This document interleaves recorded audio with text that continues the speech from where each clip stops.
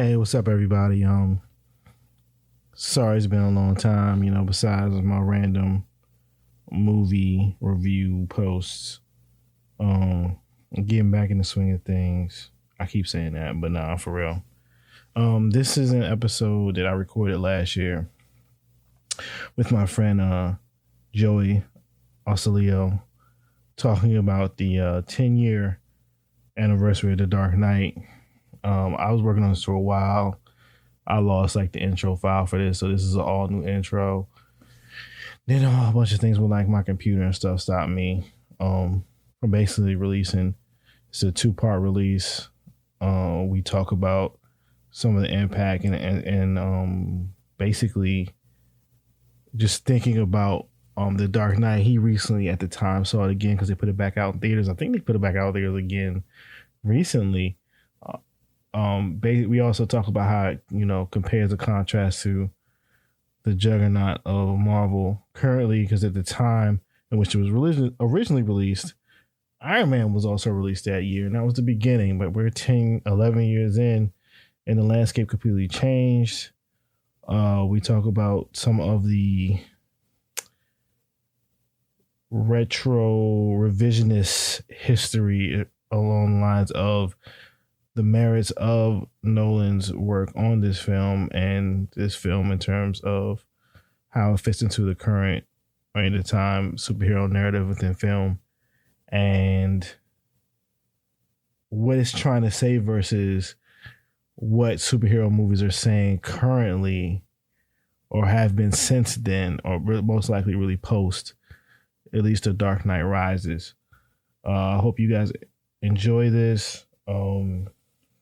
For the few people who still listen, I know there's a few, and I want to give thanks to my Patreon subscribers. I have a few. I appreciate you. I'm not going to put your names out. If you guys are cool with that, you can tell me in Patreon. For everybody who listens, who might listen, it will help to share. Also to leave reviews on Apple Podcasts.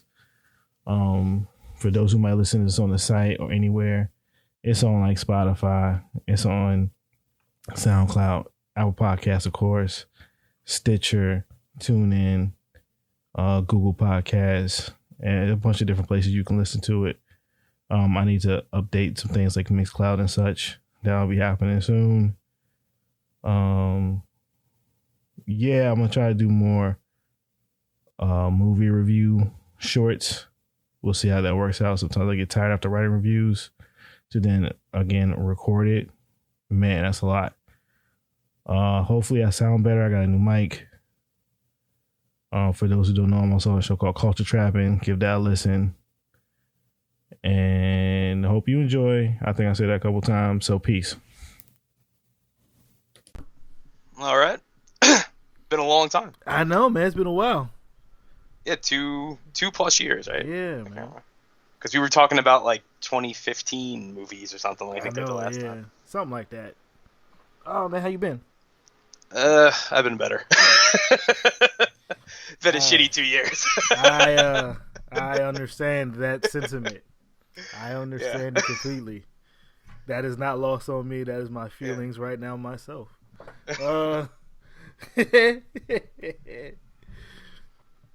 Well, there was some positives. Was I did get to see this movie twice on IMAX the last week, so I was you're one of the few people. I was all right, you get why this is such a big deal. Yeah, I saw that joint twice. It was good. There was so good. There was a lot of it was the 10th anniversary. I was expecting. I don't know why I was expecting now people are really gonna get this movie, and of course not really. It was the same old shit. But I was ever since the 10th anniversary, I was I got to talk to you because you'll. You get, I think you more than most people get why this movie is important, and I think people have talked ad nauseum about it, but I always feel they talk around what's actually interesting about it, if that makes sense. Yeah, man, it's I was thinking about this yesterday because I knew I was going to talk to you, because they just also recently started talking about the 20th anniversary of Blade, right? Mm-hmm. So Blade, you could say, started the modern superhero movie thing, right? Mhm. And you get to 2008, which is the start of the Marvel Cinematic Universe, but it's also like, you know, The Dark Knight comes out, and that's like the part in the middle where like everything changes. It's like for me, it's I know like a lot that's of the people end. say, like you said, the Blade, like, you know, Blade kind of kicks off that, you know, unofficially, I guess, it kind of gets recognized more as starting that a couple Yeah. years later. Yeah. But like I always felt like Blade to, I guess, like Spider-Man 3 is kind of like an era. Yes. Like that's yes. about 10-year era right there. Yeah. And I put Batman Begins as like, well, you know, to me, like that. I love Batman. It's actually my personal favorite of these. Like I have just such a sentimental attachment to it. But it's not, you know, it's not a radical superhero movie. It's, you know, it's the really good version of like a straight ahead superhero origin, and like it fits right in with the Raimi Spider-Mans, all that stuff. Yeah. It was still different enough that people are like, hey, this is kind of interesting, or I haven't quite seen this before, but it wasn't the shock to the system that the Dark Knight was. And like I was trying to piece, I'm like, okay, if that ends that era, and supposedly, you know, Iron Man and Dark Knight come out the same summer, and that's supposed to start. But I'm like, well, what exactly is? Because like nothing really.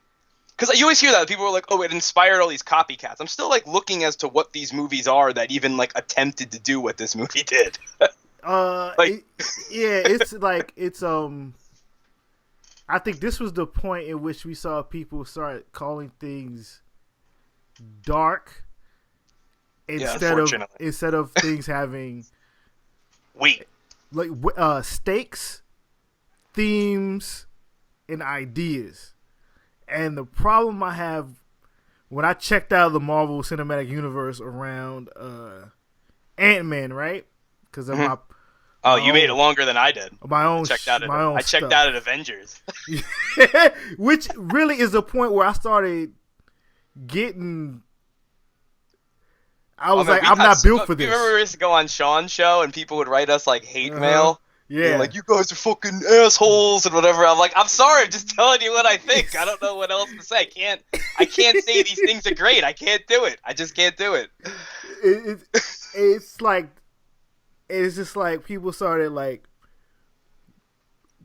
these ideas are almost like if it isn't a simple idea in the movie, it's dark. If there's moral if it's shot battles. by somebody who knows how to light a scene, it's okay. Now let's not even talk about the craft of making a film just basically within the story. Like it asks you questions about society and about people in society that nothing else sits.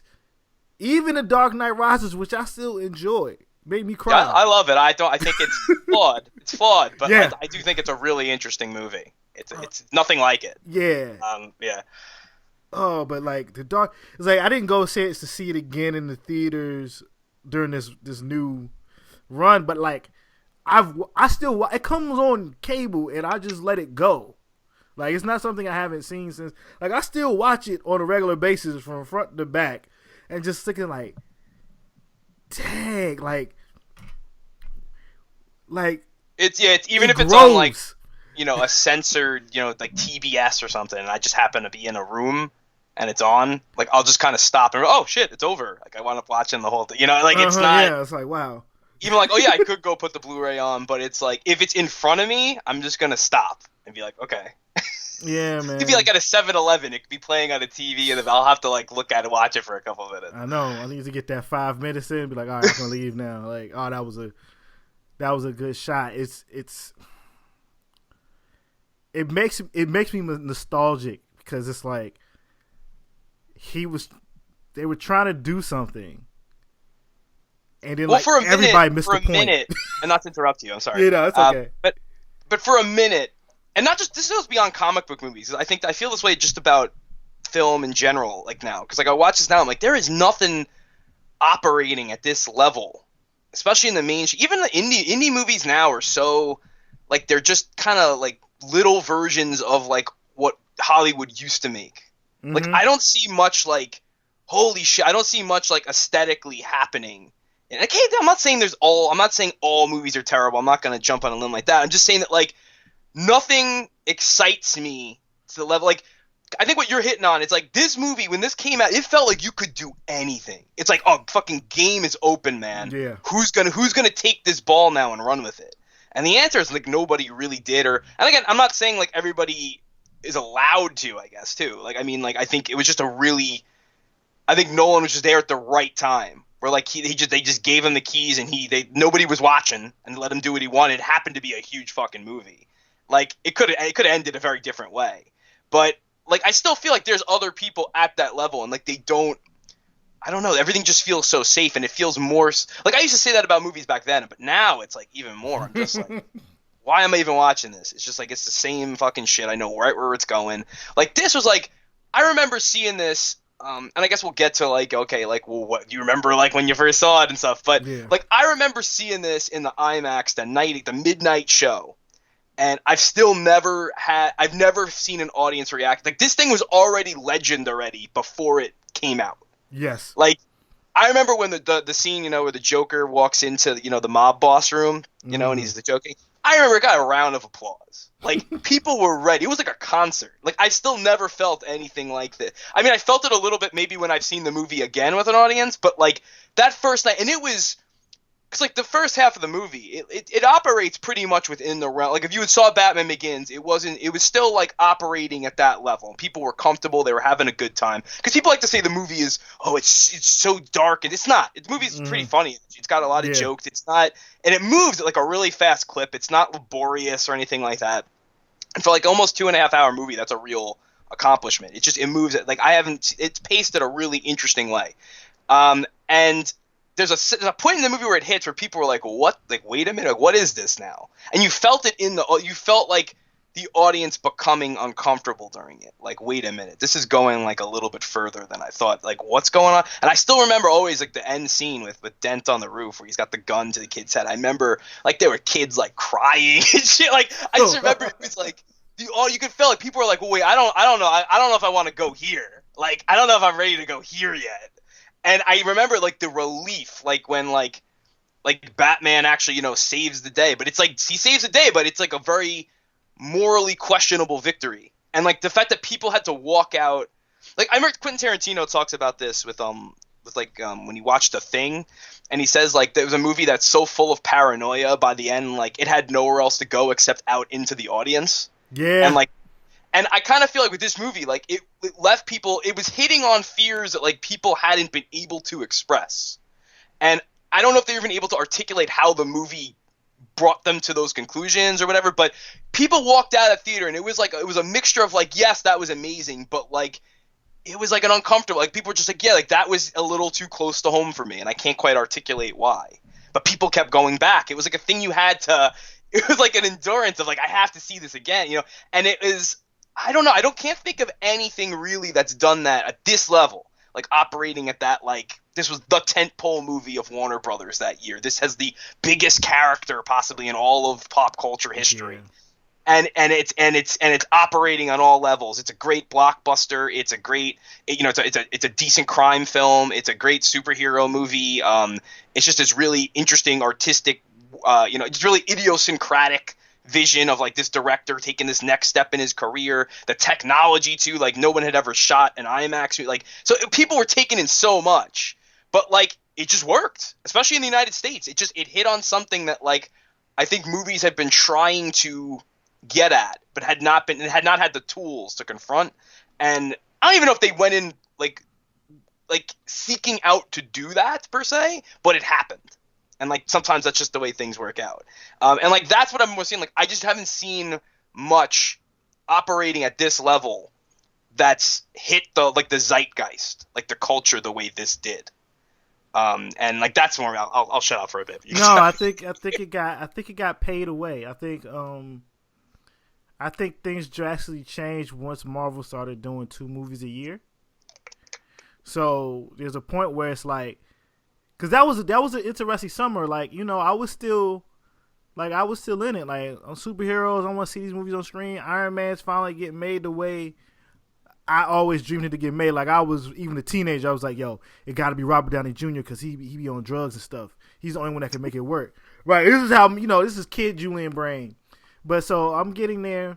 Well, you even wonder that now. Like, I don't know if in today's climate if they would have even cast him in that role. Oh no! It's a too much baggage. Nobody it's a really different world.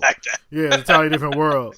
But when you get to the end of that, and then you see like, oh, it's Nick Fury, and they're gonna try to put it together. Then you watch Hulk, it's like, oh, Iron Man's at the end of Hulk, like, oh my god. And then it waited, and then you get to, let's say, you get to Avengers, and it's just like, oh, all right, so you saved all the third acts for one movie. Okay. All right. Then I got to a point was like, what is this saying? And then like more franchises started coming, like Star Wars comes back. And I'm like, this has nothing to say. Like the prequels, as terrible as they are. I'll go to bat for the prequels. No. Here's the thing.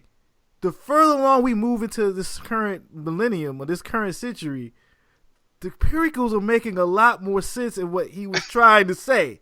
Like, I was like, this is bad. And then lately, the last couple of years with the politics, I'm like, yo, he was saying something, and it was a point. See, people should have paid attention about those trade routes. Nobody was listening.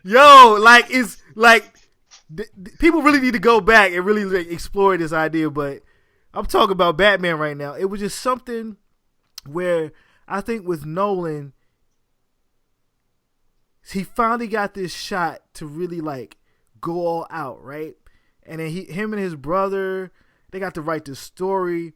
And I think what really works with Batman, which gave it precedent from the comics, is that it allows creators to talk about their ideas about America and capitalism and crime in a way that's good and bad depending on the politics of the creator, or even if they don't have any politics, but just to explore ideas. It's a great canvas to like throw your ideas on. Yeah, and he's great. Like Batman is really hard to break. Yes. Like you can take him pretty fucking far before people are like, all right, this is too much. Yeah. And even then, you look back and you're like, oh, still pretty interesting. Like it's a really tough character to fuck up.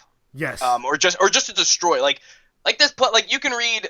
Like Batman somewhere, I can read a kind of like, middle of the road Batman comic, and like if the art's pretty good or whatever, it's like, that was fine, that was fun, mm-hmm. Like, and I don't, or I can read something, like Dark Knight Returns or something where I'm like, okay, this is a creator at like the top of their game, like putting everything into this, and like really seeing how far they can take this idea. And he has something to say. I think like, and it's like either way, I'm still pretty satisfied with like either thing. I mean, there's some people, I think there's people that have, obviously, did go too far, or like they just whatever they tried to put onto the character just didn't fit. Yeah. But it's pretty tough, man. It's pretty like Batman could be in a rainbow costume. He could be, he could be in the 1930s. He could be in medieval times. He could be in modern day. He could, like whatever it is, it kind of works. And there's not a lot of characters. Like Superman doesn't work that way, or like a lot of other characters, they don't have that vessel where you can kind of that's conducive to like what a real like auteur, a real idiosyncratic creator can come on and put their stamp on it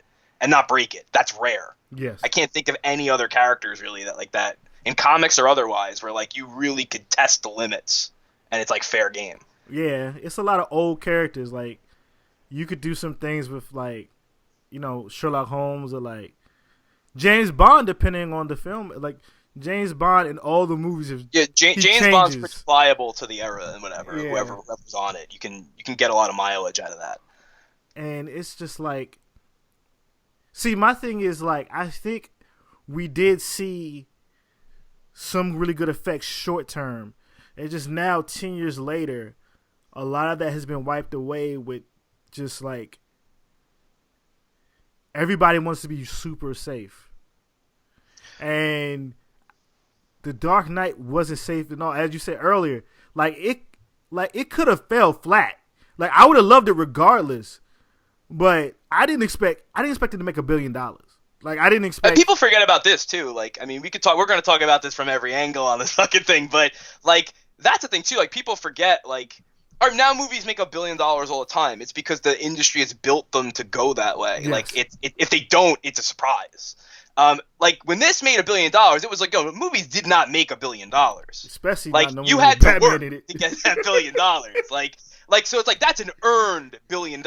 There was no, they weren't inflating fucking ticket. I mean, there was only a handful of IMAX theaters in the world. So it's like, that couldn't even have accounted for like the bump. It was like, no, people were going to see this like over and over and over again through the full. Like, I remember I saw this, the first IMAX show, I saw it a bunch of times over the summer, and like they ran it like all the way until like October or something. I remember I went to the final show too of IMAX, and then they put it back in the theaters like around Oscar time too. So it was like, and it killed. It was still doing great business, and like it's one too that anytime it's brought back, because I live it like they don't. I think they should show it more in New York. Cause I'm a big rep house guy. Like I'm always going to see old movies in the theater again. Yeah. And they don't bring this one back.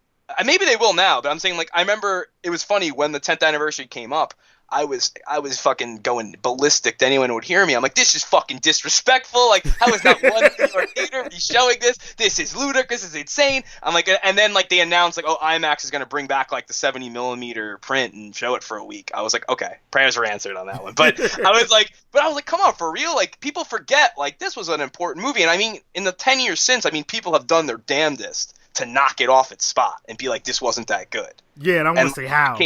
And me and you were like fucking warriors during the last day. Like, remember those? There were periods where like everyone's like, "Yeah, that's a shitty movie, isn't it?" We're like, "What the fuck is wrong with you?" And like, it seems like I think it's come back around now, where like it's been enough time that people have seen enough of these like assembly line fucking movies that they're like, "Okay, this was it." And like, I went twice this past week. It was sold out both times. Like every show was they extended it for like almost another whole week. Like people were fucking. They still love this movie, and like the audience was with it. Like, it plays on an audience in a theater. It plays so much differently even than at home. Like, it gets you in a way that few movies do. And so I'm saying, like, I'm happy to see it's come back around and, like, people are appreciating it more. But I still think the way people talk about it, I don't think does it a service. Like, I still feel like, especially, like, you want to talk about it through, like, a political lens or whatever. Like, I remember people when it came out, oh, this is clearly like a response to 9/11. Like, I guess it is. But I really feel like this movie was more, I think it's more relevant to what's going on now than it was then. Oh, yeah. It's almost like watching that film, to me, everybody was like, it's about George W. Bush. It's about 9/11. I was like, nah, these people read the news. It is about like a post 9/11 world, but how could it not be? It was everything made, is, yeah, yeah, but I don't think it's dealing with anything specific. I think it's more talking about like, well, like you think this is bad now, like this is. Think about if this chaotic element, like if we made room for this element to come in, and like I haven't think about this again. Obviously, I hate when people fucking have to compare everything to Trump and shit all the time. But like, unfortunately, it's an example where I'm like, it's pretty prescient. Like it's hard to ignore when you watch it now. Where it's like there's a like like to me, like when I watch that movie like now, it tells me like what happens in the world when like nothing means anything anymore, like where everybody's a liar, where every institution is corrupt, everything doesn't work, and like there's no one, and there's nothing, life starts to not make any sense anymore. It's like, well, everything is so corrupt, fuck everything then. And when people become so corrupt and so complicit in the corruption, there's disruptive figures that could come in and exploit that. And you look at the Joker. The reason the Joker is so effective is that he never really is lying about anything he says. He's actually telling the truth all the time. Doesn't mean his intentions are good. Doesn't mean that he's a figure you should trust. But he's not lying. And I still think to this day, like I remember even seeing the scene. Like it's still shocking. This scene is in a fucking like Warner Brothers like superhero movie, but like that scene in the hospital when he hands Harvey Dent the gun, and he's like, like what happens if I said a gangbanger is gonna get shot or a bus full of soldiers be blown to smithereens? Nobody would panic. Yeah. And he's like, but I say like one mayor gets shot, everybody loses it. But it's like you hear that now, and I mean at the time, I mean it was. I remember it probably was a chilling sentiment at the time, but you hear that now, and it's tough to be like, hey, it's making a lot of sense. But it's like, what if that is coming out of a figure you can't rely on? And you look at stuff like people, everyone's still like, oh, how did Trump get elected? It's like, well, a problem was like he actually was kind of telling the truth about stuff for a minute. Doesn't mean his intentions were good. He was telling a certain viewpoint. My thing with Joker is that's the only Joker I think in media where he's not actually a cartoonish villain but he's an antagonist where he brings about a different viewpoint on ideas about the institutions. Well, he's challenging state. the conventional wisdom. Yeah, he's like, all this stuff. And why do you say all this feel stuff? it. It's like, well, nobody else is doing this. It's like no one else has brought. You could tell, like, no one has brought these points. Like, no one's actually thought about the world this way. And when you expose all that stuff, again, like, he's exposed, like, all these people actually are corrupt, including, Gordon and Dent. They're all complicit in this shit. It's like they're trying to do it because they think they're doing it for the right reasons. But they're not really right. Like, they are just continuing a system that's bad. And when the Joker comes in and points out, he's not wrong. Doesn't mean I want him in power doing what he wants to do, but it's hard to ignore when he's telling the truth and no one else is, including the good guys. And the thing of it and it's like, oh my bad. Yeah, go I just think that the interesting thing is, like, I don't even know if he actually wants to be in power. He just wants to show, like, not only did Batman disrupt everything, so this is possible to challenge everyone's ideas and to show you to the system. And then what I like about the Joker is that the more times you watch the movie is that everything happened the way he planned it to happen. Well, one of the things I think that encapsulates, I think what to you is like the most disturbing scene involving the Joker in the movie? I have two. One is just a shot. I'm not even disturbed by the Joker anymore. Sometimes I You're like, this is just real life now. Like, I'm to the point where it's like, yo, like, he got a point. So it's like, my thing, I think my favorite Joker scenes are the point where he's talking to all the criminals and he's like, yo, that guy's gonna snitch. You don't understand. Yeah, he's gonna squeal. He's like, you worried about the ideas of jurisdiction and airspace and all this stuff, and the Batman doesn't care about any of this. The Batman doesn't care about laws. The Batman doesn't care about jurisdiction. The Batman's gonna get him, and he's gonna squeal. And he was right.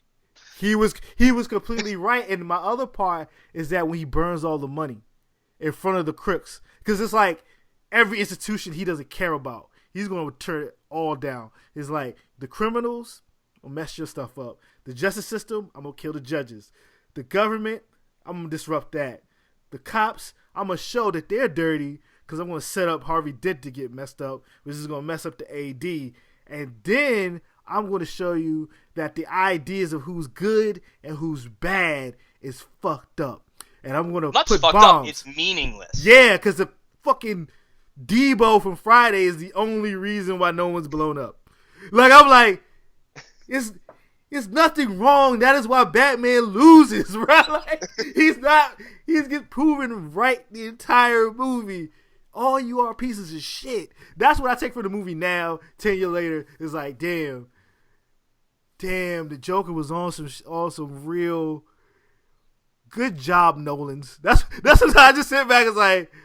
But like, woo! To me, like, that's how you make, though, an effective villain, because it's just like, if there's not a kernel of truth to what they're doing or why they're doing it, I just feel like then they're just like they're just a faceless bag. There's nothing really interesting about them. Well, yeah. And again, to varying degrees, like, I mean, you look at like Ra's al Ghul in Begins. It's like I do think he believes in the mission. He really thinks like he's making the world a better place, and like that's why he's out. So that's why he's interesting. Yeah. Bane's a gray area. Because I mean he does say a bunch of shit, but most of it doesn't really matter because he was gonna blow everybody up anyway. But he's still like not wrong about a lot of the stuff he's saying. Yeah. So it's like you can make like I just feel like the most interesting villains of all time in all of fiction, like there has to be a kernel of truth to what they're saying, and I think the reason the Joker still resonates so much, for better or worse, is he really doesn't lie about anything he says. You could disagree with the way he goes about it, obviously, or like the ramifications. And like I'm obviously I'm not here. Like, I mean, there's some people out there like, oh, he's the hero. I'm not gonna fucking ride with that. But I don't know if there's any hero at the point of the end of the movie. I don't know if there's any actual hero. Like Batman had to. I do think the movie does think Batman, Bruce Wayne is trying to do stuff for the right reasons. Yes. I don't think it's saying he's I don't think it's saying that at all. Yeah. I don't think the movie, though, is endorsing the idea of Batman in any way, though. At least how he's carrying it out. I think the movie's very. That's why I thought it was so weird when people. You think a lot of like really like left wing people be like, oh, this is like, you know, a Republican's wet dream. Like, I don't know, the movie seems fairly critical of the idea of vigilantism and of like, you know, police and this stuff. So I don't really see how you can really say. I don't think the movie has. I think the reason this movie is also successful, it's not an ideological movie. It's not telling you what to think about anything. It's telling you to think about stuff. Yeah. Like, that's a completely different thing. It's not telling you, like, this is right or wrong. It's leaving it pretty open. I mean, there's certain things where, yeah, it clearly, like I said, I think it is trying to portray, you know, in the right way. I think, like he's saying, like, you know, I think Bruce was out here just trying to do the right thing. It unfortunately blew up in his face. He didn't realize the forces he was messing with. And I think that's what it's a cautionary tale in that way about, like, you know, really think hard about how you're going to approach the world before you do it. Yeah. Like, don't just go out there and assume you're right and it'll all work out. Because sometimes the consequences can be so much worse than you could ever imagine. And I do think, like, I don't think the movie is saying at the end, like, oh yeah, it's great, like this plan that they're doing to save. Is it great? Clearly, it's not. The next movie clearly proves that. Well, yeah, it's sad. Like, he lost. What I liked about when I got to the end of the movie, when I first saw it, I was like, oh snap. Batman lost. Like the little James Gordon's little soliloquy to his son, which we never see his son again. Oh, there's a good reason for that. Yeah. That wife is like, we're getting the fuck out of here and everything. Like, you got. Like his soliloquy as Batman runs away from the police, as he effectively takes the fall for murder to create a lie that puts in place like a certain set of policies and laws that actually doesn't make anything better. Good. They sound good, but they're not good. And then like he messes his moral high ground up as soon as he took away everyone's privacy. Like that was great, and the fact that Lucius had is like, yo, I know we got to get these bombs, but I'm not. We done. Like, and you know he wipes himself up by setting the thing to explode at the end, but like he already crossed the line, and Batman knew he crossed the line. That's why it's not a. He lost Harvey. He lost the line. He lost Rachel. He lost the idea of giving up, of stopping this, of like, it's all messed up now. Like, nothing's the same. It's never going to be the same. And like, I've yet to see a superhero movie since go that hard. The closest was Logan, but I need to watch that. But yeah, it's a I great don't movie. think it's in the same class. But I yeah, need to watch it 5 years from now when we're kind of out of the realm of. The thing that's funny with Logan, I was talking my friend Chris Johnson. We talk about movies all the time, and we kind of laugh because we liked Logan, but we were kind of laughing because we both had we'd rewatched Dark Knight back in July or whatever. We were talking about it, and you were saying it's funny how like the end of the Dark Knight is an ode to the movie Shane. Like that's a reference to the end of the movie Shane. And I thought it's funny. I'm like, well, this is like the real difference here. Is like the Dark Knight makes a scene that still to this day most people have no idea is a reference to Shane. And it's like in Logan, they actually watch Shane. Yes. And then quote Shane. I'm like, that's the difference. Like, everyone likes to talk, oh, you know, the Nolans aren't very subtle. I'm like, well, they're a little more subtle, I think, than you give them credit for. Yeah, Logan went full force, like, hold on, you guys don't get this. But I'm really retelling Shane with Wolverine. I need you to understand this. So Professor X is going to tell Laura that this is really Shane. He's going to give you the Wikipedia entry on Shane the movie, and then the little girl is going to literally quote the dialogue you heard earlier. Mm-hmm. It's like, yeah. It's funny. Good movie. I like the movie. It's one of those things where I'm like, yeah, not quite there. Like, it's not quite the same class, in my opinion. It was close, though. I was like, somebody tried. I'm closer than most. Somebody tried. There's a couple. There's only a handful of like superhero movies. Some are controversial. I know we disagree on a couple of them. Like, I really like Man of Steel and Batman versus Superman, but like I understand like that's not the popular. I don't hate Batman versus Superman. Did you ever watch the longer cut? No, I still need to watch it, but I say You do like it. I think you'd like, no, this actually is a pretty good movie. like I don't hate that movie. People hate it. I just like it's the same level of quality as the rest of the superhero movies, and that's where I get into my. That was arguments. what I was really shocked with the reaction to Justice League, because I saw Justice League and I was like, yeah, this isn't good, but like it's about as good as these other movies people seem to like. Like I was like, I was really surprised when it was like, this is the worst thing I've ever seen. I'm like, really? I don't know, it wasn't good. Like I didn't like, well, certainly wasn't made for me. But like, and it's funny too, because I remember I saw it that opening weekend where like every show was sold out. Like the audience I saw it with like applauded for it and shit at the end. And I was really surprised that now it's gone down as like, what a train wreck. And I'm like, it wasn't good. Like I would have loved to just see the regular Zack Snyder version of it, obviously. But I'm just saying that like, it was about, they made the movie you people claim that you want them to make, and then they made it, and then you're like, oh, this sucks too. It's like, okay, whatever. They can't win, and I think this started with The Dark Knight. I think that there's certain ideas and fandom ideologies within these core superhero houses that was spurred on, before we was alive, with the whole Marvel Zombie and the DC fan. And I think those ideas, thanks to the people who write reviews and press, if you want to call it press, but their editorial think pieces and their geek nature and their videos, fake news, as it were. It's all editorial. It's not like when I go to a website, right, a comic or a geek-based website, they don't actually have news about Hollywood industry. They have links to THR or Variety or Deadline because they don't care about this. All they care about is what they're fans of, and I think there were so many fans of Marvel Comics, especially within the generation of post 80, right? The late Gen Xers and millennials got so into the Marvel Comics idea and the Marvel Comics that when they became fans and they started writing all these blogs and stuff, they started bringing some of those biases into it. So it's like, wow, originally they couldn't hate on The Dark Knight because, Batman's always been that one character that, even among people I know that were Marvel zombies. I'm I fuck with Batman though. He Batman though, he fire all the time. Somebody gets their hands on it, and they make something really interesting. So it's like you want to hate on it, but you can't.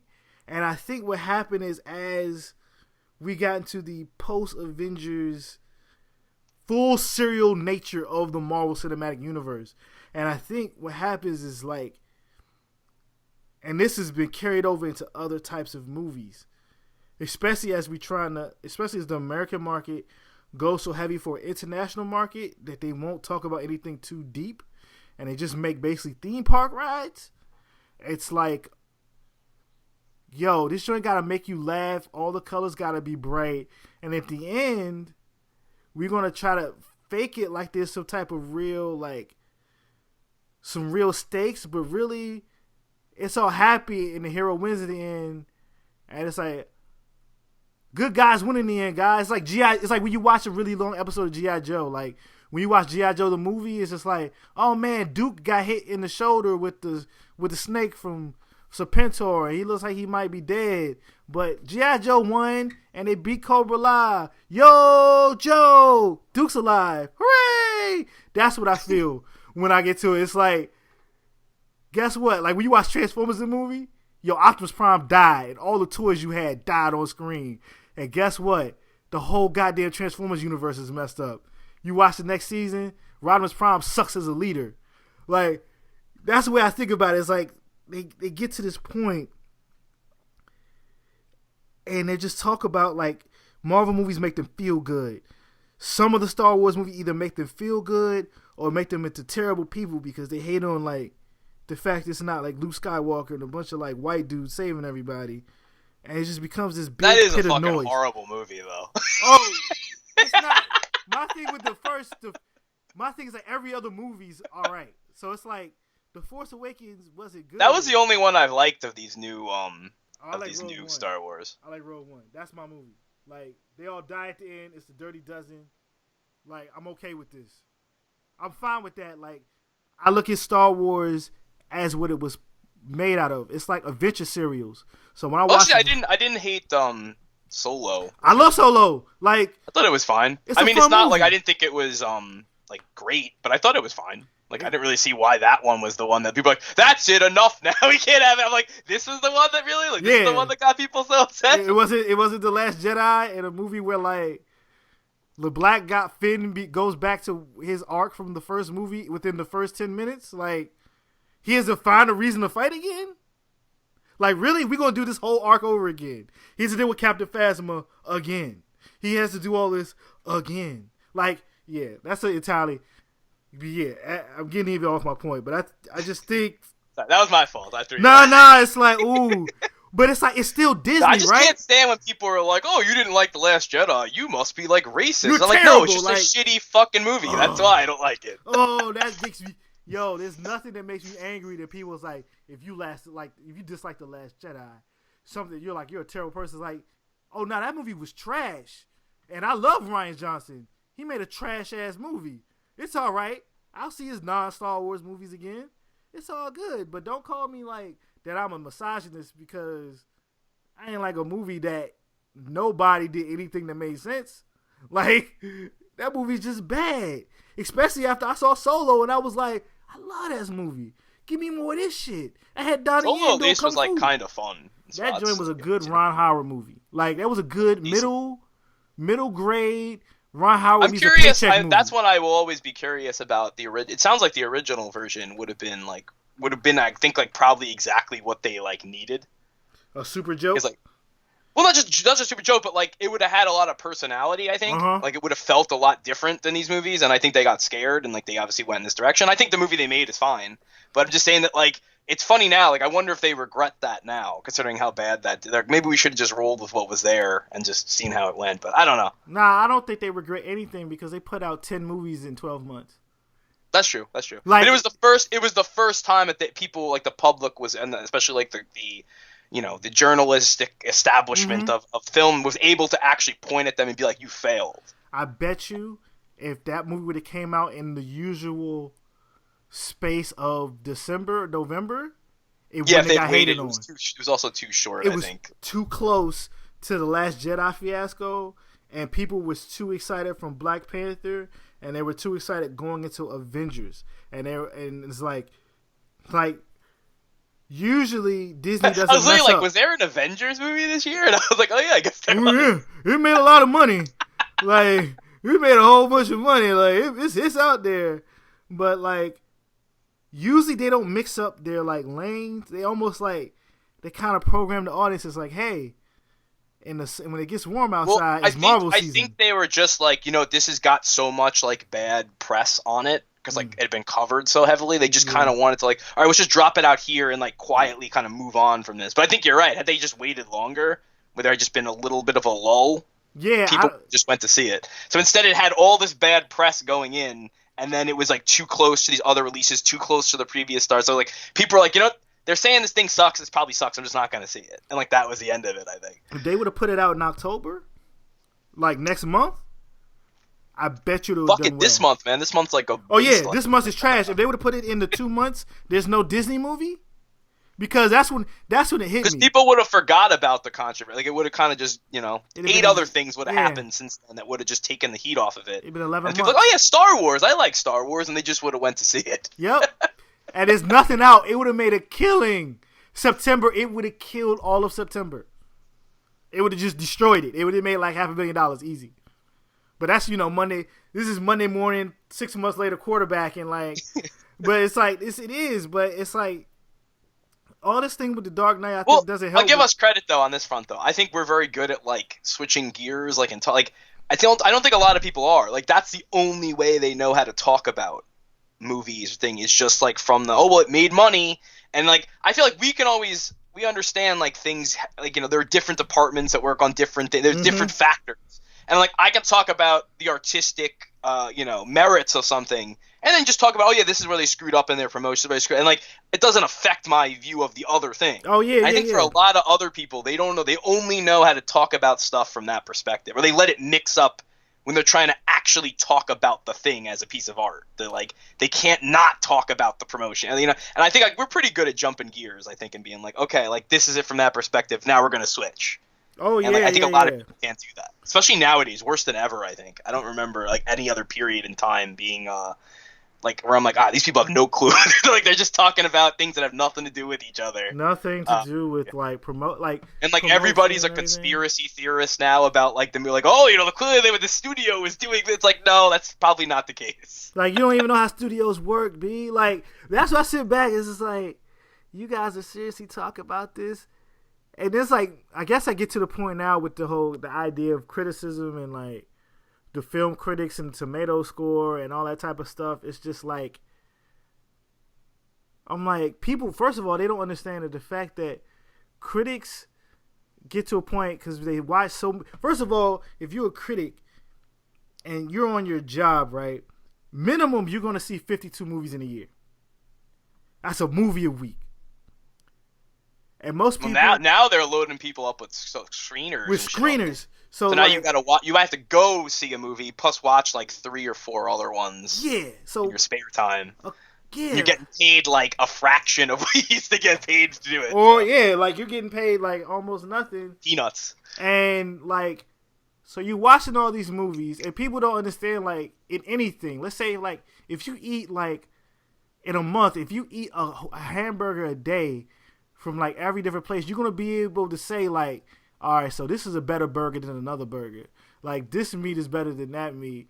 This cheese on this burger with this lettuce and this bread is better than like this. Like you're gonna know the difference, and you can say like which one's better and which one might be made better. And people don't understand it's like that's like the first stage of like criticism. Then you can get into like the whole ideas of the art and the craft of making a movie. Like the images on the screen, it's like, yo, the lighting matters. Like the way stuff moves matter. The sound matters. Like the placement of the actors. Like all these things matter.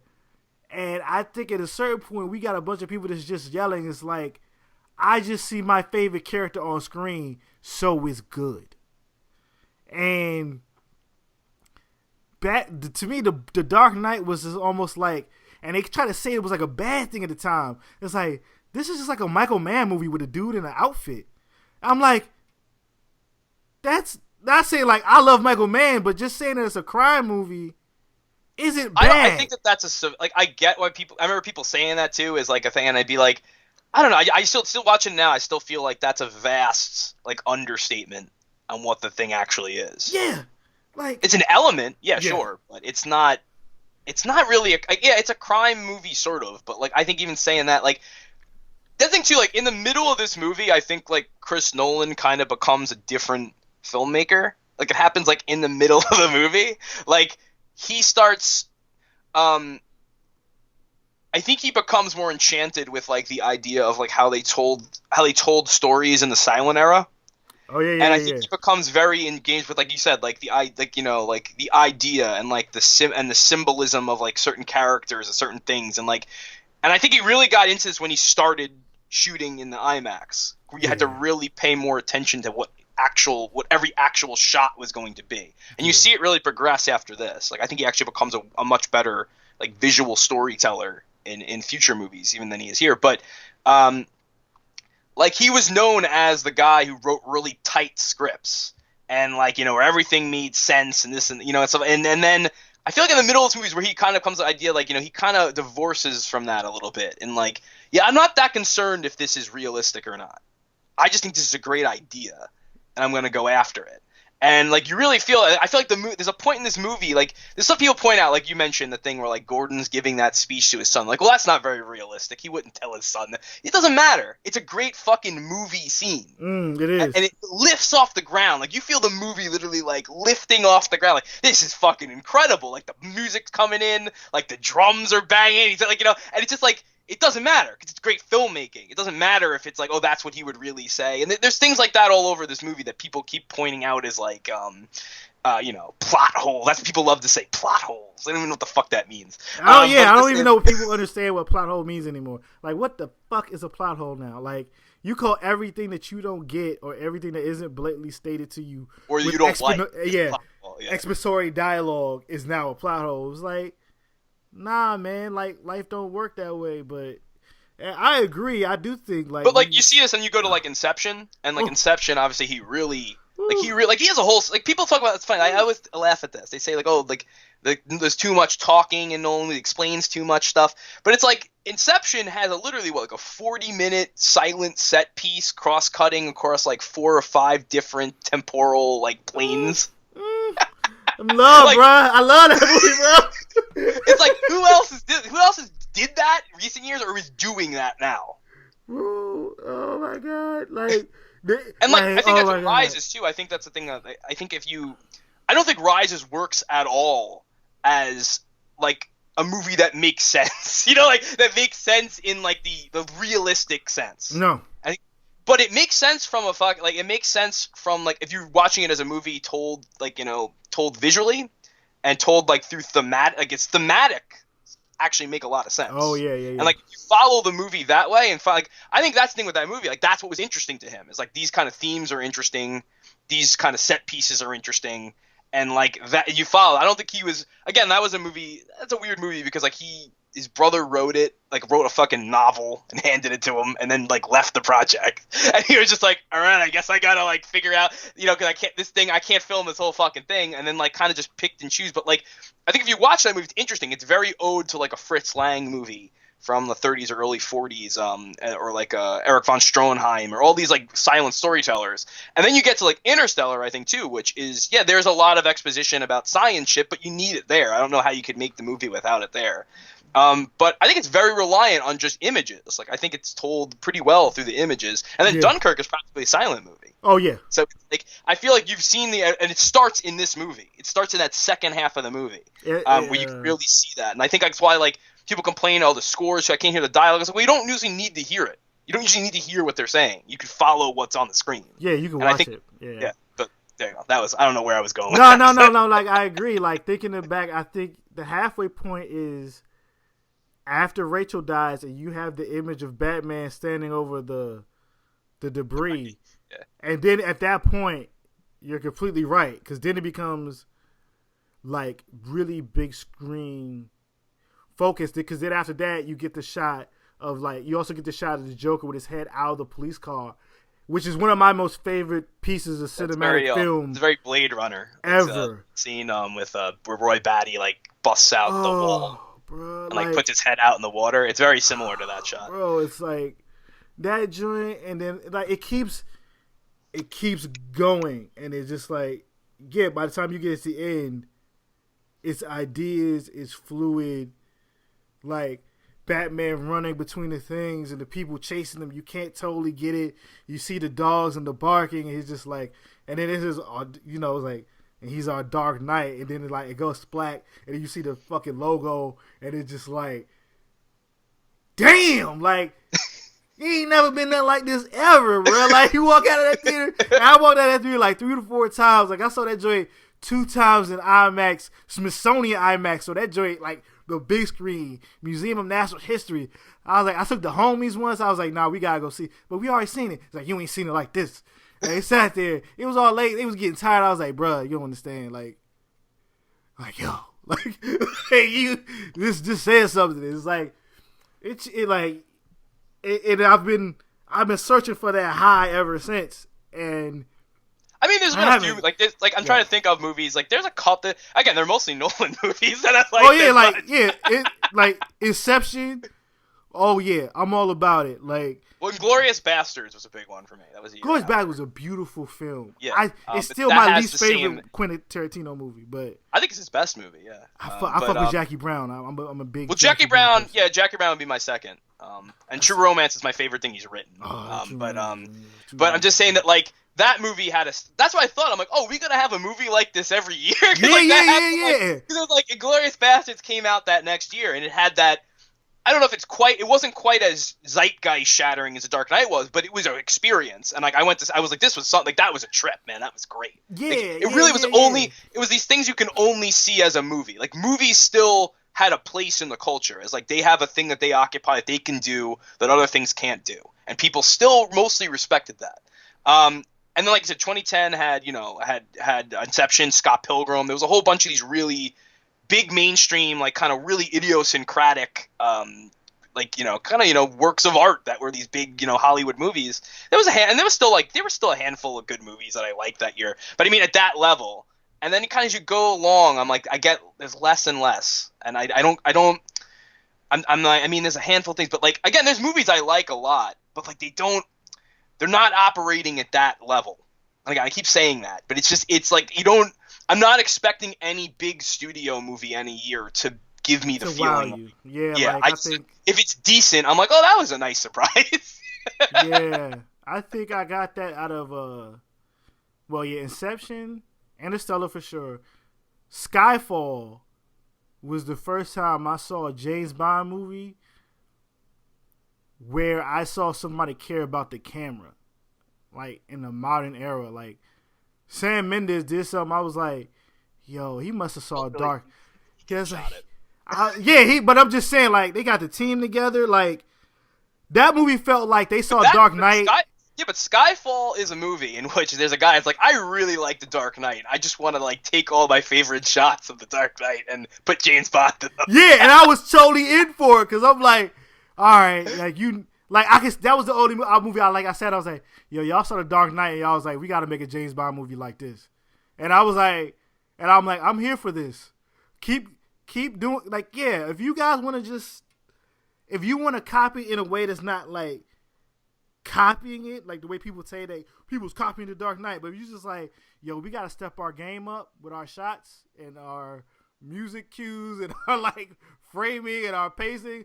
I'm okay with that. It's just now I'm getting to the point. It's like I'm seeing a lot of movies. And I'm like, yo, this is kind of like even some of the movies that win like big awards, like the big indie movies. Like when that movie Brooklyn came out, everybody was like, it's so great. I'm like, so it's just. I like that movie. It's not a bad movie, but I'm like, I literally, I could watch that on my TV and I'm good. Like there's a lot of movies where a lot of people talk about a lot of things and I see it as like, nah, I could watch that on TV. Like. This could be like, and this is not knocking HBO because I think HBO makes amazing films.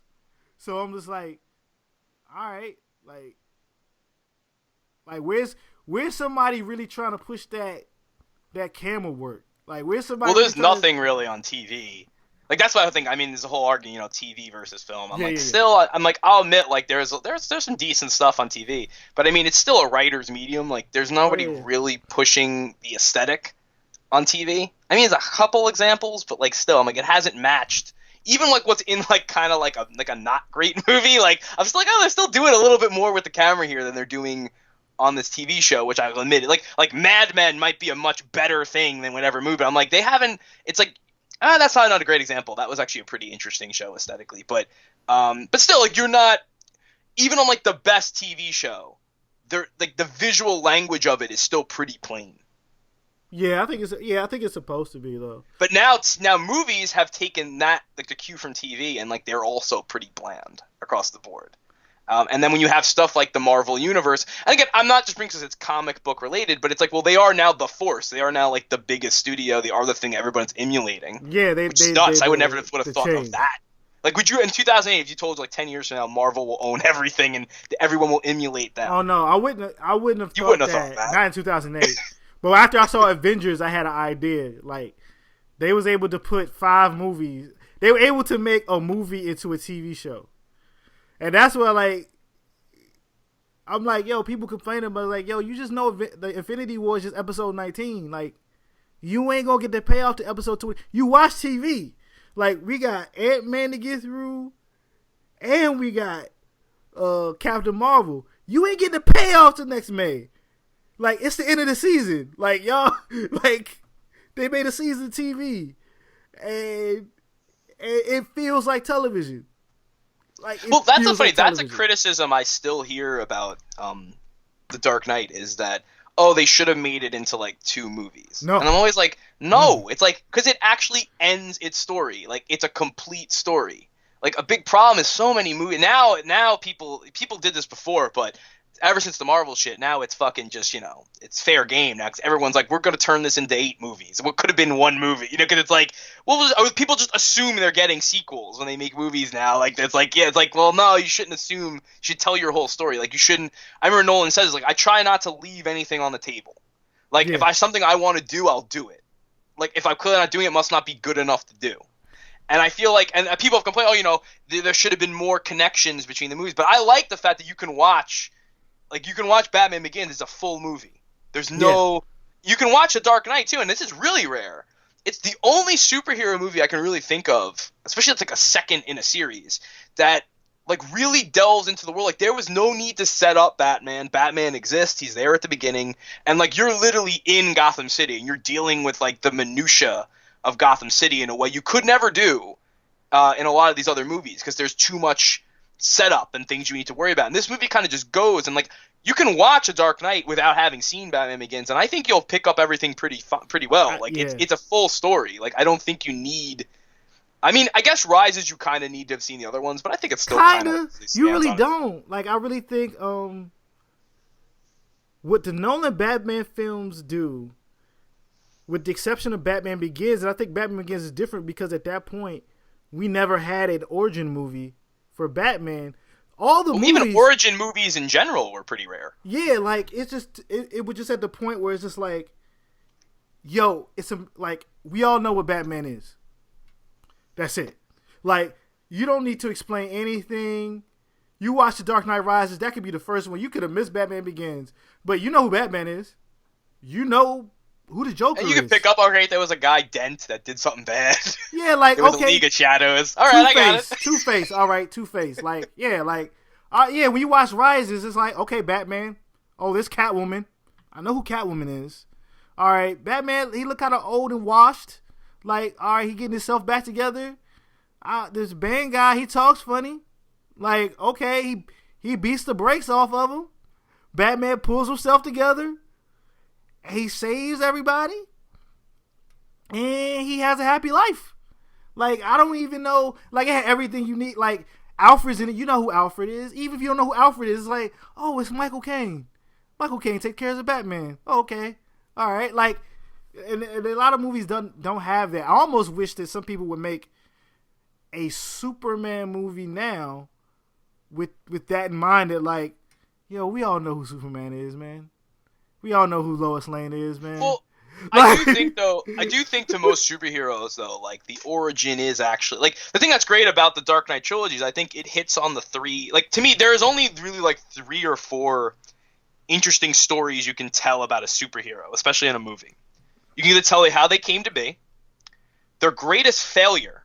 That's what I think the Dark Knight. It's the moment where like he met his match, and like he had to rethink the whole idea. That's a classic. That's a classic hero trope. It's like, the moment of doubt. Yeah. And the third is like the rebirth or like the end. Mm-hmm. And I think that he hits on like those are really the only interesting. Think of all the superhero comics you've read, all the superhero media you've seen. Like, I think like that's pretty much what it comes down to. Like, those are the stories, especially that are most that lend themselves to like cinema. Those would be the stories. And I think that's a big reason the Marvel stuff is so uninteresting to me, because it's kind of like just dealing with like the day-to-day. Like, all right, I guess this is what's happening now. Like, maybe that's fascinating. I can see why that could be interesting in a comic book that has to come out every month. But as a movie, like as a film, like it has to resonate to a little bit of like the hero story. Like, you have to find the way it connects to that in some way. And there's only so many things that like speak. It's like, okay, this hero is announcing itself. It's being born. That's a movie. Yeah. It's like, here's that hero going up against his greatest foe, and he has to rethink the whole idea of becoming a hero. That's a fucking movie. All right, this hero went away. He's coming back, and then he's going to go away for good. That's a fucking movie. And it's like, I don't think like, oh, Batman, fucking just foils a small crime or whatever, and like, and does people like, oh, there's not enough detective work. And so it's like, well, I don't know how much that stuff really lends itself to like a great film. Like, you can use it as an element from here to there. And I think he does quite a bit of stuff in these movies to really say, like, he's not I think he is using his brain. He does the gun. He No, does but the bullet stuff. This is a separate point I'm going to bring up because it's I don't know if we've talked about like we're all over the place here. I didn't take notes, so we're all over the place. But like one thing I think is also like a real miscalculation in how people interpret these Batman. They say like, oh, Bruce is like dumb, like he needs everybody to do stuff for him, and I'm like, nope, you just don't understand what you're watching. Like especially in The Dark Knight, and I rewatched it a whole bunch of times. Bruce knows everything that's going on all of the time. Yes, it's how he uses it. He lets people underestimate him. And that's how he's able to pull off what he does. Like, in the movie, like, the whole thing with, like, he already knew about sonar. He just needed Lucius Fox to put the thing together. Yes. And then he ran. The whole movie, he's doing all of this in his spare time. He's putting together a fucking network. Like, think about that. Think how hard that is to do. He put that together in his spare time. Like, it's done. It's done at the beginning. Like, the second he shows him that device, he goes and puts together that network, gets that gun, does all that in his spare time. Yeah, he's ahead unseen. of everybody. Yeah. Like the scene at the beginning where he's asleep at the board. It's like he already did that. He did all of this in his spare time. But he's appearing to the public that he's Slavenish or slovenly and just doesn't know, doesn't care. He's a spoiled rich boy. Even to Lucius, he's playing a character. Because he doesn't want him to actually know everything he's doing. Yeah. And like, so the idea that he's so dumb and he needs everybody to do stuff for him, he doesn't put stuff, it's like, no, he knows he's really smart. He puts stuff together, but he also knows that like he needs to have a little bit, sometimes he needs help, he needs people to do stuff for him to get this stuff to work at a certain level. So it's better if he plays dumb than reveal all his cards to everybody. Yeah. So it's like, so the public, there's a persona, but even among his confidants, he's still playing a character. And like to me, that's something I think if you watch the movie a few times, you see it in all the movies. Like even in Begins, like he already knew the whole plan of how to knock Rutger Hauer's character out of the company. Yeah, he knew that right when he saw him, he's like, this is what we'll do. And it's like, and he's always usually right. Like even like you mentioned, like the scene with the surveillance unit when Lucius sees it, like he already knows like what Lucius's reaction is going to be. Yep. And he knows he shouldn't have this thing, but he knows he kind of needs it to complete this mission. But it's like the audience are like, oh, this Batman is a fascist, but like you can't count him out. He's already has a contingency plan for that. It's like, nope, this thing is just going to explode itself at the end. Yeah. Once he puts his code in, it's going to destroy itself. So like it's just like. See, Lucius is there like, this guy lost his mind now. Yeah, he's gone. Like, oh no, he knew exactly what he was doing the whole time. And it's like, that's the thing. And it's like, if they do it in Rise, not as well. But like the idea that he would have the, like that he, fixed the autopilot by himself, things like that. Like, but they just kind of assume that, like, everyone just kind of assumes, oh yeah, he wouldn't do it. And then you understand, like, this is how this guy gets by doing all this stuff. Because everybody underestimates him. And they don't assume he'll do any of this stuff. But he does it. That's how he gets it done. Because he does it under the radar. Yeah. So it's like if the movie was constantly showing him doing these things, I think it would take away from, like, that sly aspect of it. And I think it's the same for the Joker. Like, people talk about, like, well, first of all, I don't think you need to explain why the Joker is able to do his schemes. He's a fucking Joker. Like, that's why he does the scheme. Like, to me, that's the thing. I'm like, I can't even talk to you if, like, that's an issue you had with the movie. Like, well, how does a Joker pull off all these schemes? He's the fucking Joker. But I'll even give you an explanation. Like, I was saying, one of my favorite shots in the whole movie, in the whole series, is the opening shot of the Joker on the street.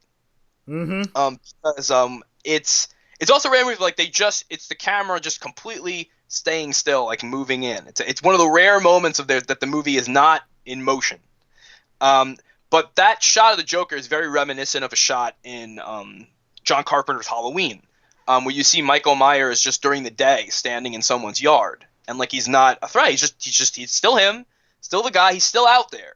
Like, and I always scared. Like, that was like one of the scariest shots ever in that movie for me, was that shot of him just out there in the daytime, just standing there.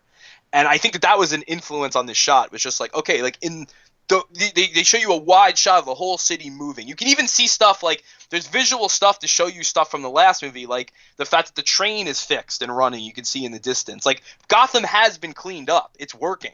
Like, this Batman thing has been working, at least temporarily. Same thing you even see, like, later on, like Jonathan Crane is just like a low-level drug dealer now. He's lost his power. He's just a street. It's like that whole beginning sequence is telling you what's happened in the year since. It's all told visually, too. And it's like, I'm like, I don't think it gets any credit. I don't think people point that out. But you see the Joker standing there, and it's like, yeah, the Joker has been in plain sight this entire time. He's put all this shit in motion already. He knows how this is going to go. That's how he did it. All this stuff has already been pre-planned. And which is great because it's an inversion of what he says. Like, I don't have a plan. It's like, no, he has a plan. He hasn't think he's doing it, but it's like, that shot is a scary because it's like he's out there. And like, I guess that's obviously a thing that resonated with a lot of people in like a post 9/11 world was like, oh yeah, like a lot of these, like, you know, these terrorist attacks, they were happening in plain sight because nobody was really like paying attention. Like nobody was thinking somebody could be doing all this stuff. And when you're not thinking of that, it's like that people can get away with it. But the flip side is like, do you want to live in a world where you're paranoid and in fear of everybody at the same time too? So it's like a really interesting dichotomy, and it's like one of the first shots in the movie. There's no dialogue, no anything, but like to me, that one shot conveys all of that information. Oh, yeah. Man, that whole first sequence shows you so much information for like, I think the entire thing of the movie, like everything when you to the point where the Joker takes off his mask and he talks to the bank manager who's, you know, for the mob or whatever, and then it just goes, it gets in the bus and just drives off in the middle of the other buses, so no one ever knew there was a robbery at all. That's what I was like, everything to me is set up like a joke. And that's another thing I don't think people catch. Like, the Joker is literally telling you jokes the entire movie, except he's not being funny. It's like it's a well, sometimes it's pretty funny. No, it's funny. No, but he got some. Oh, he got some but the bangers. jokes he's telling are cruel, like jokes, cruel truths. Like they're funny if you think about, like, you know. But it's but I mean, he himself is pretty funny though. Yo, he's hilarious. Like Heath Ledger all day, even that. Like it's funny. Even his plans.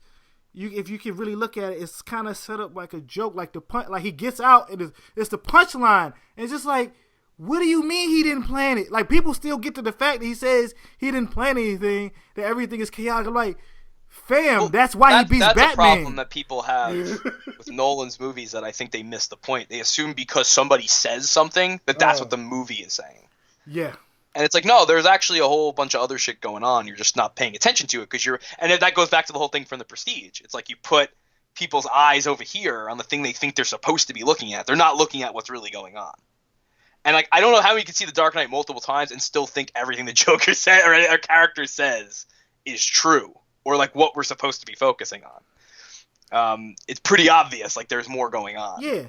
Like even when you get to the end and it's like Batman has him.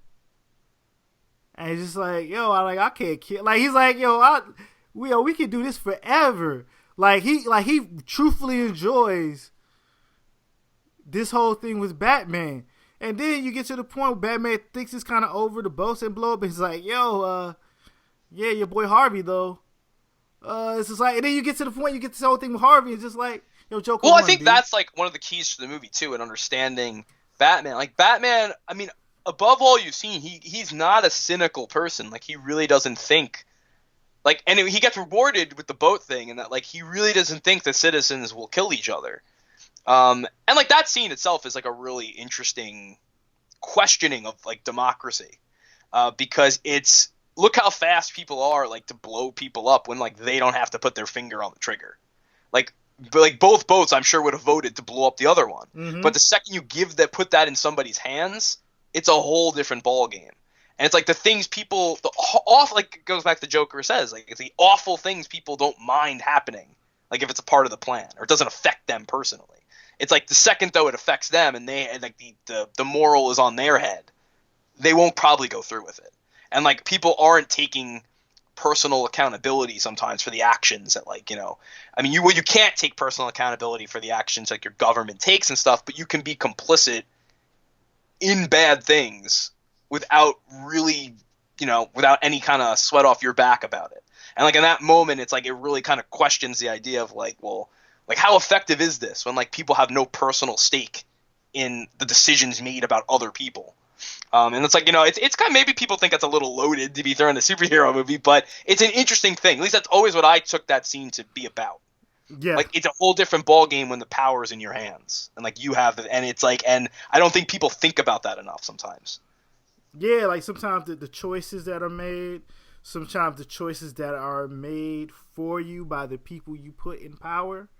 Like, people well, even like the thing you're saying, like, oh, there are just a bunch of prisoners on that boat, and like they had their, who cares about them? Yeah. It's like, well, one of those, you don't know their situations, you don't know why people are there, you don't, maybe they made a mistake and now they're, but it's like the only guy who had the balls to like stand up to this and point out the hypocrisy of everybody else was a prisoner, and he went and said like, no, I'm not going to do this, and that's what's that one event is what inspires everybody else to not go through with it, because they're like, well, they didn't blow us up, so it's just wrong to do this, and like that ends it.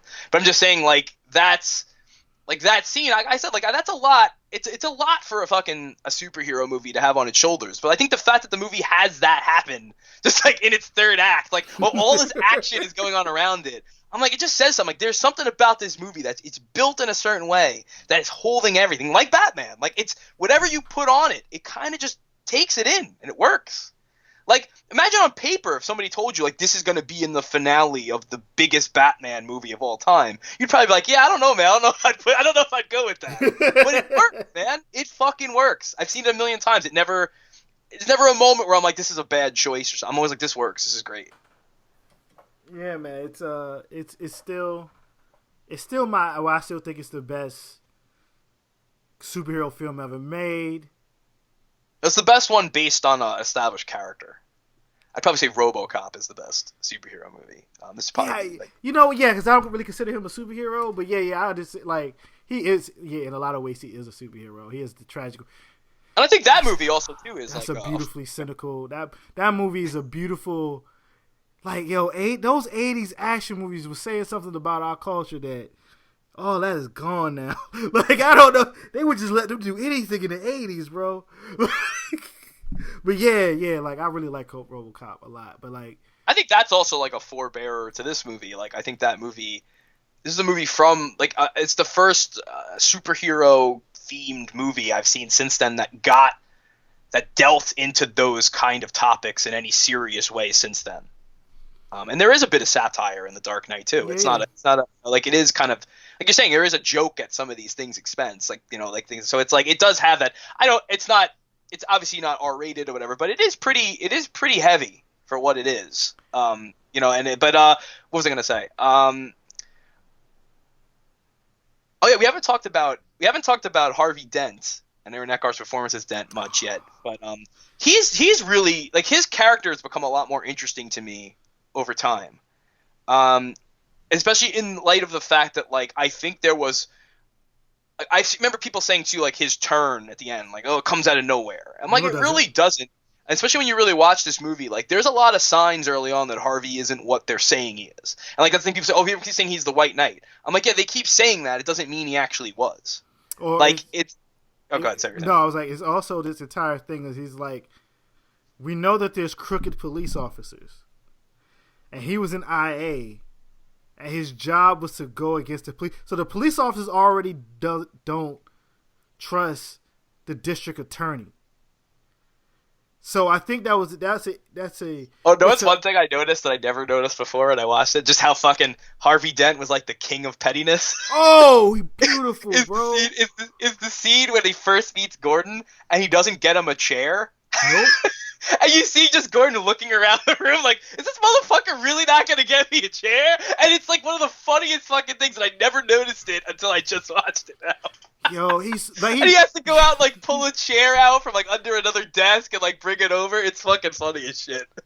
He's super petty in the whole, like, that's why I like it, because almost at the end, like, Joker pushes him through revenge and vengeance, but it's like, it also plays on his natural pettiness, because it's like, when he goes after the police officers, it's like it's super petty. Like, he just sneaks up on him and be like, hey, yo, what's going on?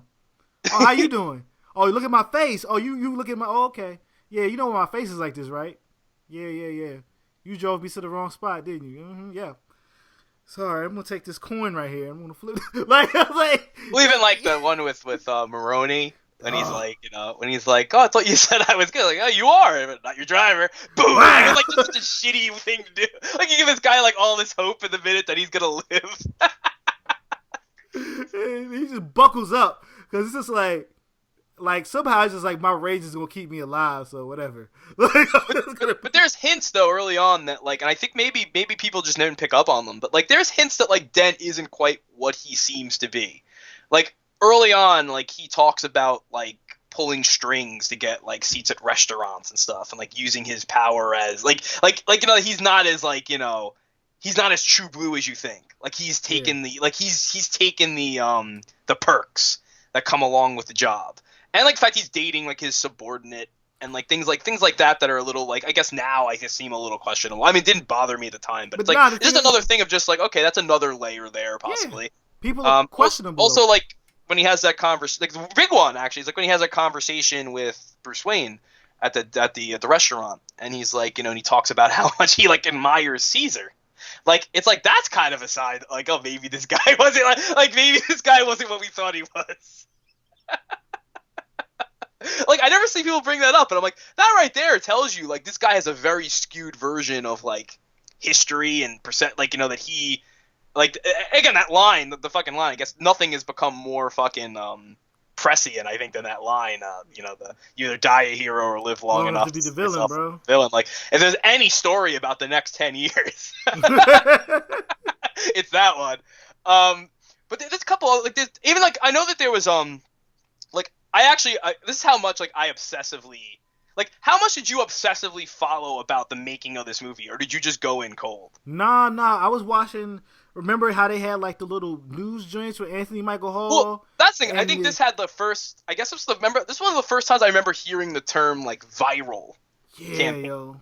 And like if you really look at that, it's probably one of the best, if not the best, of these like in the modern era. Like where they really used every asset available to like promote this movie. And I remember that game, like I was playing that game. I remember there was hints like they would show you like a scene of the movie if you did this thing, and like there was like you said there was all those like additional like, clips. There's all, like, it's all like the Blu-ray and stuff you can watch. There's like hours of things they shot, like of interviews with minor characters in the movie. Because I remember like when I remember watching those, and then like when I saw it, like you would see little references to like this other politician that Dent was going up against or something like that. I remember that was a they had I think actually they got the guy from RoboCop. Maybe it was Ronnie Coxon to play the guy in the fucking ads or whatever, which is pretty funny. And it had like the game. Like, I remember just fun, but I was so obsessed with this movie that I actually tried to audition for a small role in it. Wow!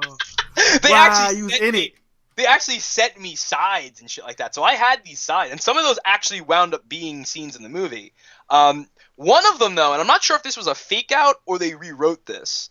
But the scene, I guess it was this was the sides to audition for the character that David Dosterman, I guess is the actor's name. The guy who's Thomas Schiff, the paranoid schizophrenic guy. Mm-hmm. Yeah. On those sides, that was a much more extreme scene, and apparently initially, or it was a fake out, like they weren't gonna, or they shot it. But I'd heard this too, that they shot any scene involving Harvey Dent, they shot like 5 or 6 different ways. Mm. And this scene that I had, like he literally shot the guy like in the knees. He tortured him, right? Yeah, tortured him. So it was like, and I remember being like, "Holy shit!" I was like, "What is this like?" I was like, "This is like a pretty hardcore scene, or whatever." And I don't know if that was just a fake out side, like they put out there to be like, "Yeah, this could be a scene." But all the other sides that I had ended up in the movie like exactly as they were. So I wonder if that's a version they shot, maybe with never the intention of putting it in, but just as a thing to be like, okay, we'll show like maybe they were trying to decide how far they wanted to show Harvey going before the turn. Yeah. But the scene they went with, I mean, is still pretty damning. I mean, I guess he does have the trick coin and shit, but it is a pretty, like, it's just showing, like, okay, this guy is not as true blue as you think. Like, there's a much darker side to this guy. But I was like, initially, I think the script was going to push that much further, and they kind of cut back on that. They pulled back, yeah. It's like the build up, because I didn't play the whatever, like the little like alternate reality game that back then it became kind of like a thing because they also did it with like Lost back then, like you put all these pieces together. Cloverfield and Cloverfield? Dark Knight one were happening concurrently, and they're probably still the 2 best examples of somebody pulling those things off. And but I remember like you could watch the stuff for the Dark Knight with Anthony Michael Hall like on demand. Like each week they would have like a new like episode of the show, and I was watching it. and I was like, oh, this joint gonna be hype. And I remember when the first image of Heath Ledger as the Joker came out, and everybody was hating. Well, it was in that game. It was like a bad. Yeah. They had to like that image. It was like a little piece of the image came each time. Bro. Like each level you got through or whatever. I was in. As soon as I saw that face, I was like, this is gonna be amazing. Like I was in it, and then like the Gotham Knight came out, the anime that was basically the Animatrix, but for Batman. It was showing you like all the different stuff that happens in between that year of Batman Begins before the Dark Knight. And I was like, oh man, they really setting up the gangsters, because that's like if you watch the movie, like the gangsters are just there. But if you watch that, you already have like a built-in like idea of how each of the gangsters are and how they react off of each other. It's like yeah, that was the best. That was the best build up. Like, well, even the trailers. Like, you remember like the teaser trailer? Like they just showed the Joker and he's had a laugh. Mm-hmm. That was it. That was all they gave you. It was just like there was no actual scene from the movie. It was just the monologue. Yeah. It was just him being like, like I knew the mob wouldn't go down without a fight, but like this is different, and like it's a Michael Caine thing. Mm-hmm. And then at the end, like they had the Bat logo breaking very steadily as it was going along. And then when he says like some men just want to watch the world burn, like it broke, and like a piece of a Joker card came, and you just heard the Joker's laugh, and it was like Dark Knight next time. I think I watched that like 1,000 times. I was like, holy shit! Early YouTube just be like I went to see movies just because I knew that was in front of it, and I wanted just to see it like in a theater. I'm like, oh, maybe there's like something I'm not seeing, like maybe there's like some subliminal scene in the background. And then when they dropped like the fucking the for real like trailer. Like, do you remember that, man? That was like I was like, what the fuck, man? This movie's gonna be like. The sound was crazy. That's what I remember the most, cause like the sound, like I'm like, dang, like, oh, this is gonna be boom. And like you seeing like Batman on a motorcycle, and it's like, what is going on? It was that trailer, and then there was a second trailer too. Like that was actually pretty fucking cool. And I remember I actually got to see.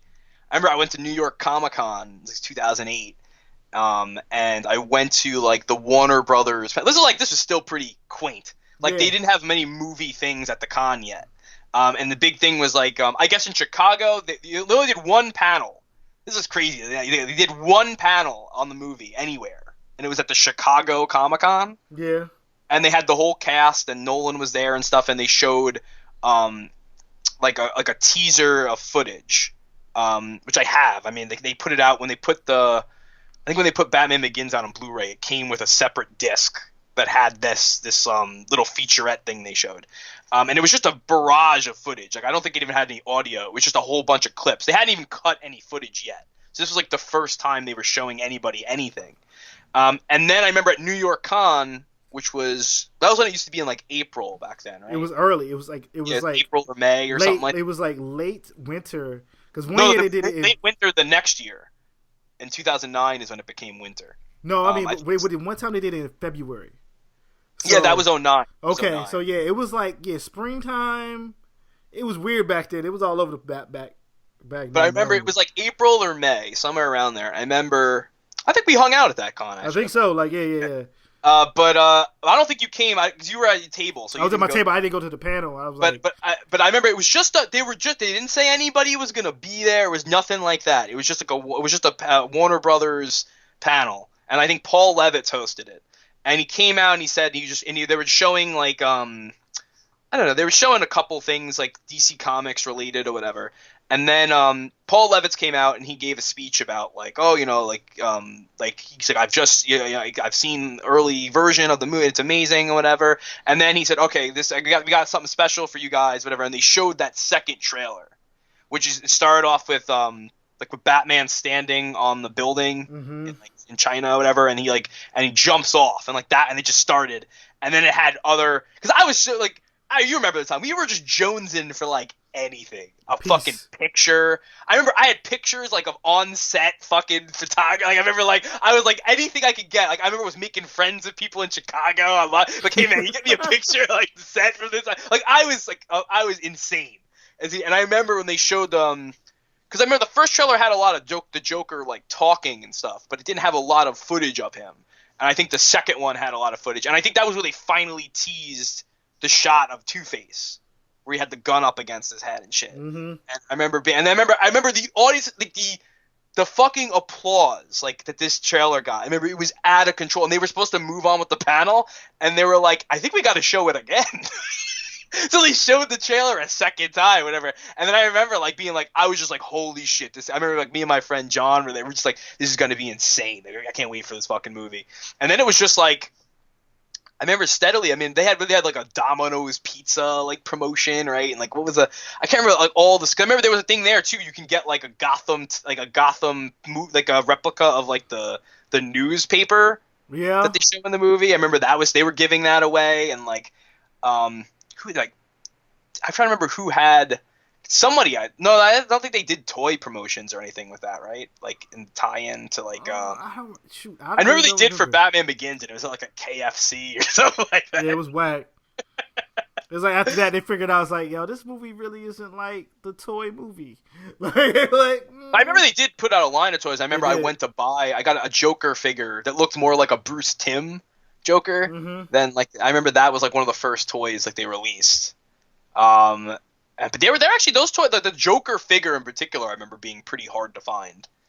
But yeah, there was promotion. But I just remember like the lead up to that movie was insane. Like I've still never seen anything like that before. I mean, people go nuts. I get maybe I'm wrong though. Like maybe I'm just like because I'm not following any of this stuff anymore. So maybe I don't. Maybe it's crazier than it's ever been. No, but like no, the internet's in a different place. Remember, like at this point, Twitter was like 6 months old, maybe a year. People wasn't using Twitter, but like tech nerds. There was no Instagram. Facebook didn't look like we barely just had the wall back then. YouTube was not the YouTube we think of now. Yeah, Twitter didn't launch until I think after the movie had come out. It was out before. It was out before. Oh, but it wasn't a lot of people on there. It was only tech nerds. So it's just like this was to the point where I say like I watched the Gotham Tonight stuff on cable on demand. So if you wanted to see something special, you're not gonna go to your computer and throw up YouTube just to watch something. Like you were still looking for like posters, Entertainment Tonight, E still mattered. Like you look at the websites, you still have message boards. Like all the entertainment shows would just show the trailer on their show to get like more viewers. Yeah. Like I remember like on the Ellen show or something, they showed like the trailer for like no reason. Like it was just like they just kept like it was anything. Like you put the Dark Knight related something in your show, like people like me were just gonna tune in to see if there was something new I hadn't seen before. Yeah, it was a completely different. Well, I remember there's an interview with Wally Pfister where he talks about like how the whole entertainment media changed between like Dark Knight and Rises. Yes. He says like when Dark Knight was coming out, like people just wanted to see things. Like and he's like, I can understand that. Like I can understand fans that like just want to see things. Like they're so passionate about it they want to see it. But he's like somewhere between that and like when Rises had come out, there had been like a very cynical element to it.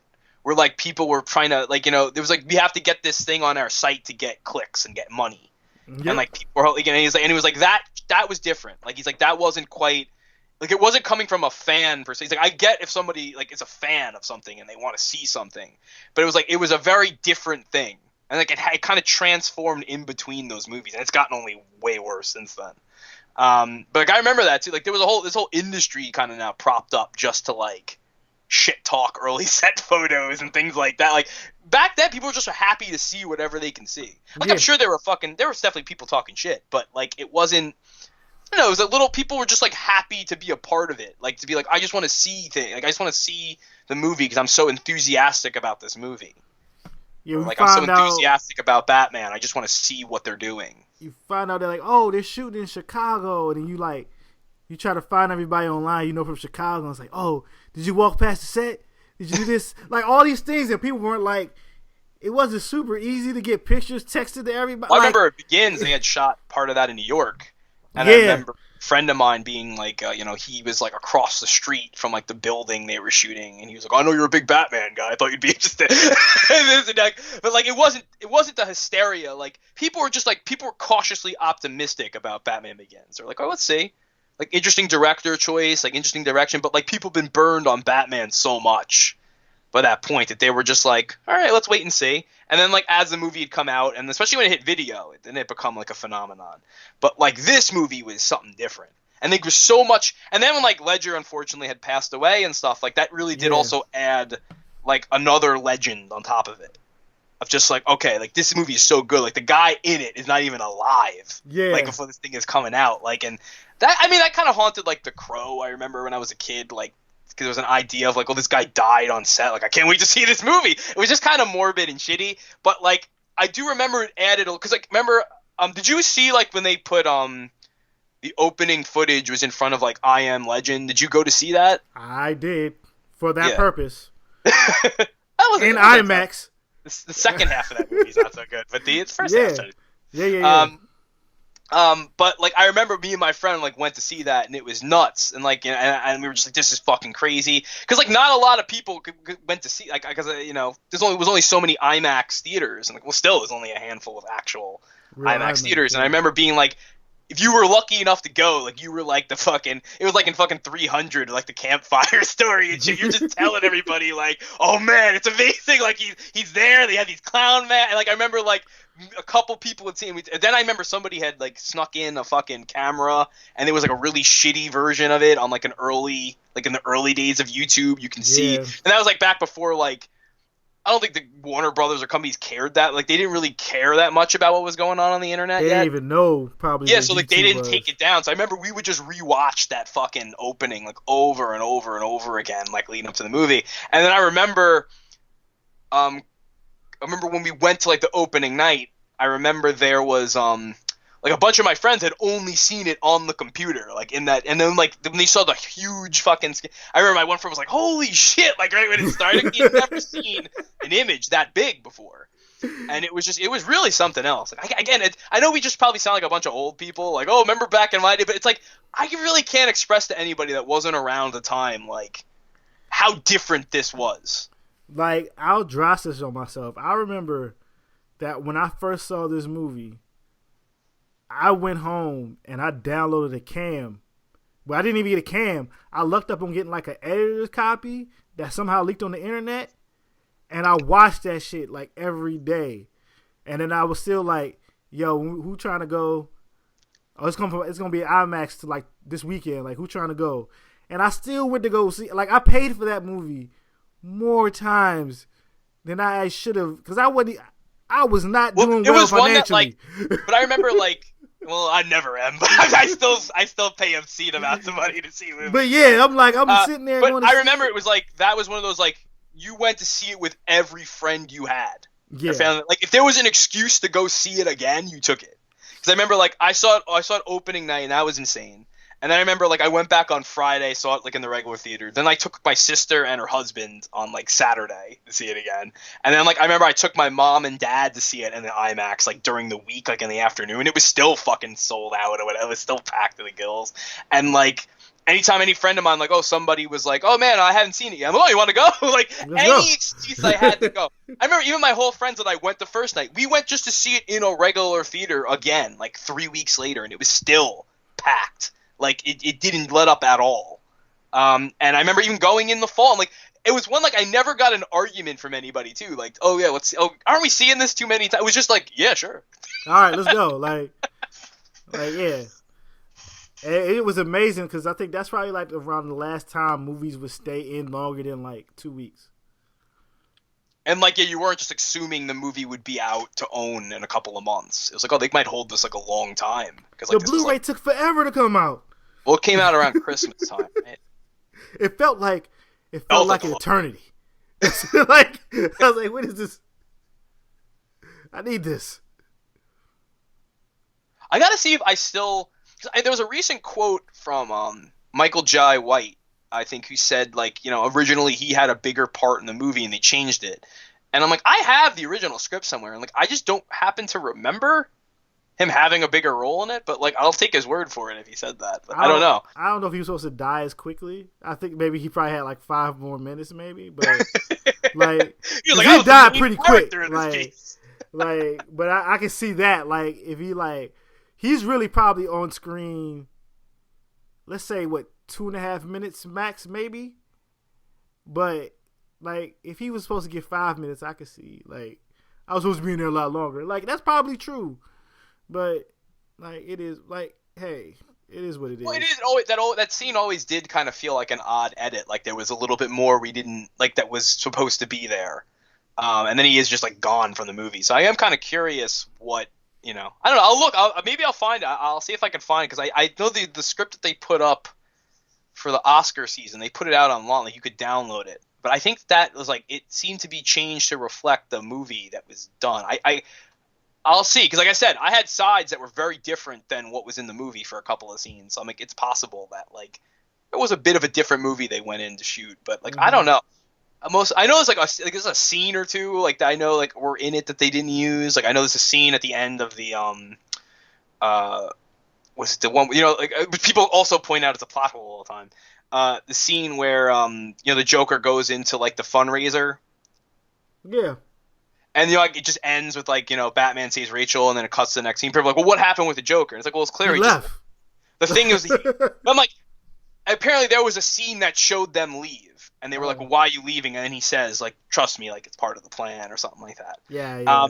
And I can see why they cut that, but I'm like, you don't need it. It's like, I don't understand how you guys don't understand, like, there's, like, a whole thing. Like, that's the moment the Joker really becomes fascinated with Batman in a different way. Yeah.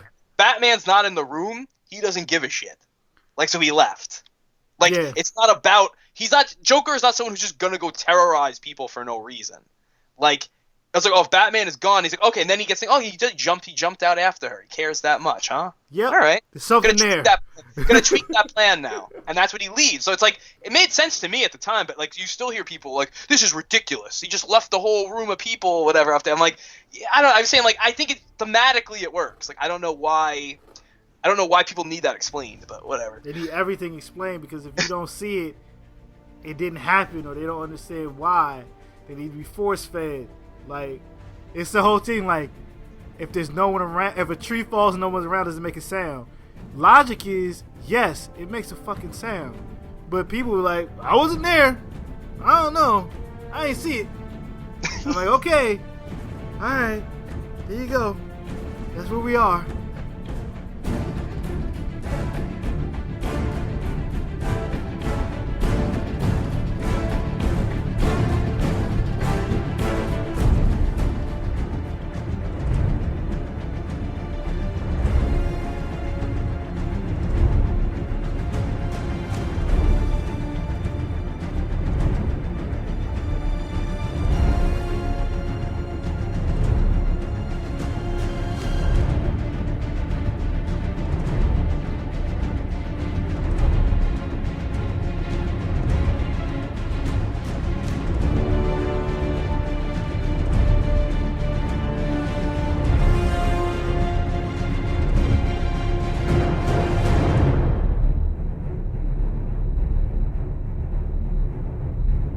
Tune in tomorrow, same bat time,